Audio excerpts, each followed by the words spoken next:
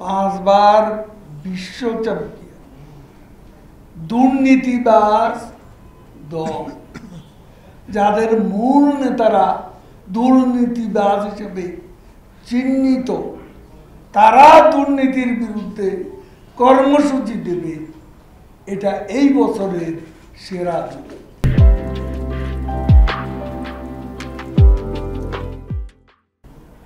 অপ্রদর্শিত অর্থ মূলধারা আনার ব্যবস্থা, ব্যাংকে আনার ব্যবস্থা করেছে। ব্যাংকে আসলে এখান থেকে ট্যাক্সেশনেরও সুবিধা আরো বাড়বে। কাজেই প্রধানমন্ত্রী যেটা বলেছে, মাছ ধরতে গেলে আধার দিতে হয়, সে কথাই বাস্তব।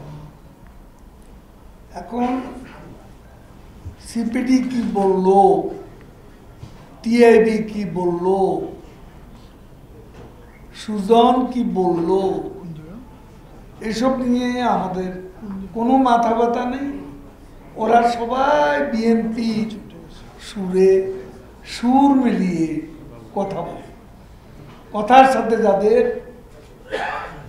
বাস্তবে কর্মকাণ্ডের কোনো মিল নেই। বিএনপি নিজেরাই হাজার হাজার কোটি টাকা বিদেশে পাচার করে তাদের ভারপ্রাপ্ত চেয়ারপারসন লন্ডনে বসে দণ্ডিত এই আসামি লন্ডনে বসে আরাম আয়েশে দিন যাপন করছে।